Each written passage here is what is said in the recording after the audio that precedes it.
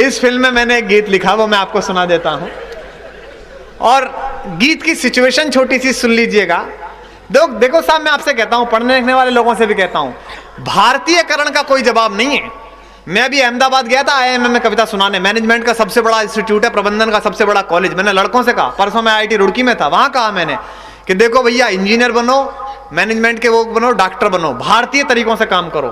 क्योंकि तुम ही थे जो पेप्सी कोला और कोका कोला की सेल बढ़ा रहे थे, और बढ़ भी गई थी। वो एक बाबा उतरा लंगोटी वाला रामदेव, 36% नीचे हो गई सेल। और मैंने कहा ध्यान रखना, ये तो लंगोटी वाला है, भारत का बाबा भी होते हैं। एक भी उतर गया तो उसी बोतल में घुस जाओगे जिसमें कोक है। अजीब चमत्कार किया साहब उस बाबा ने। सुबह ही सुबह आप घूमने निकलो तो हर घर में से ऐसी आवाज आने लगती है जैसे सांप छोड़े जा रहे हो, फू फा फू फा। अजीब काम कर दिया इस देश का। कम्युनिस्टों ने छेड़ दिया, वृंदा करात ने उसे, बोले हड्डी है हड्डी है हड्डी है। अरे मैंने कहा बाबा, इसे कपाल भाती करा, ये चुड़ैल नहीं मान रही। मैंने कहा फिर वृंदा करात के पति को, प्रकाश करात जी को, मैंने कहा हुजूर, आप वहां से लड़ते हो, क्या कहते हैं, कलकत्ता से और उस इलाके से, बाबा को मत छेड़ो, भारतीय बाबा है। कितने भी कम्युनिस्ट जीत जाए बंगाल में, लेकिन आज भी दुर्गा पूजा होती है। मैंने कहा चुनाव से पहले बाबा अगर एक एक जिले में जाके बैठ गया और 3-4 बार पेट बाहर भीतर कर दिया ना, तो पता चल जाएगी कि हड्डी दवा में नहीं, गले में अटक रही है।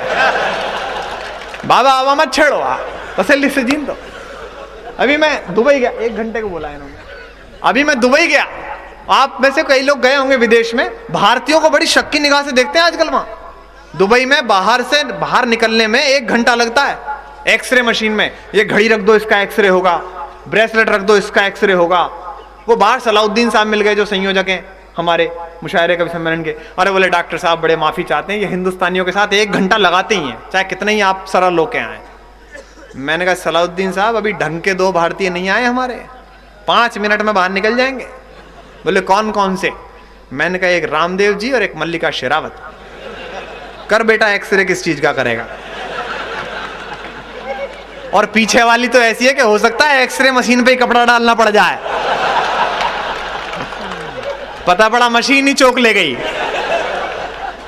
तो मैं एक गीत सुना देता हूं, मुझे जितना समय की हत्या करने के लिए की गई है वो बराबर हो रहा।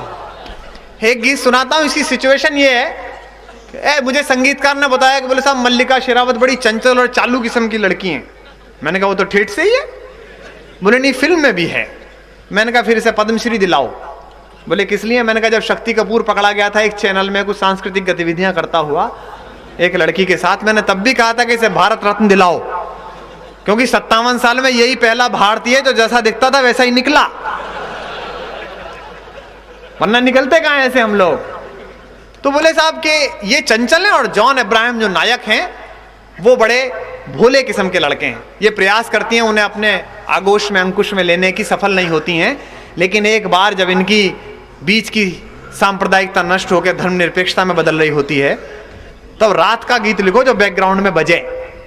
मैंने कहा ये बैकग्राउंड में बजवा रहा है कि बैकग्राउंड में भेज रहा है मुझे? मैंने कोशिश की, यहाँ महिलाएं बैठी हैं, मुझे सिखाया पंडित जी ने और जगदीश भाई साहब ने कि बेटा श्रृंगार ऐसा लिखो जिसे पिता अपनी पुत्री के साथ सुन सके और माँ अपने बेटे के साथ सुन सके। मैंने उस सर्वाधिक घोर श्रृंगारिक घटना पर, उस सीन पर एक गीत लिखा है। ठीक लिख दिया हो तो कालिदास को पैदा करने वाले मालवा से मैं दुआएं चाहता हूं, ताकि जब फिल्म रिलीज हो तो कम से कम ये गाना सक्सेस हो जाए, ये गाना नंबर 1 पर आ जाए, कहीं पहुंच जाए। आपने मेरे गीत के सम्मान में जो घनघोर तालियां बजाई हैं, इसके लिए मेरी 3 पीढ़ियां आपकी आभारी हैं। मैं तो खुद को ही बेशर्म समझता था, पर आप मुझसे बड़े हैं।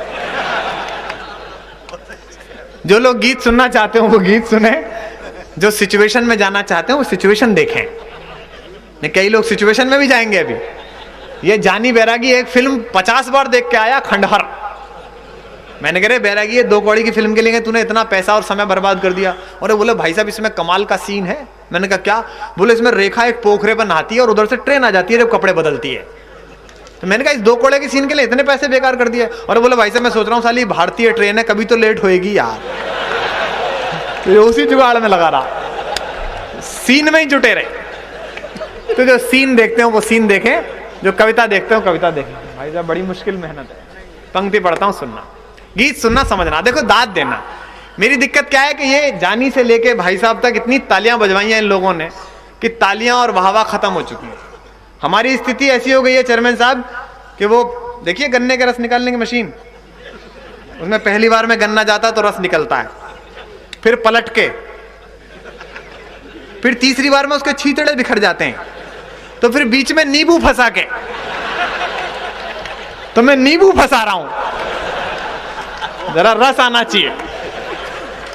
और क्या सम्मोहित होकर मुस्कुराई है नींबू फंसाने पे।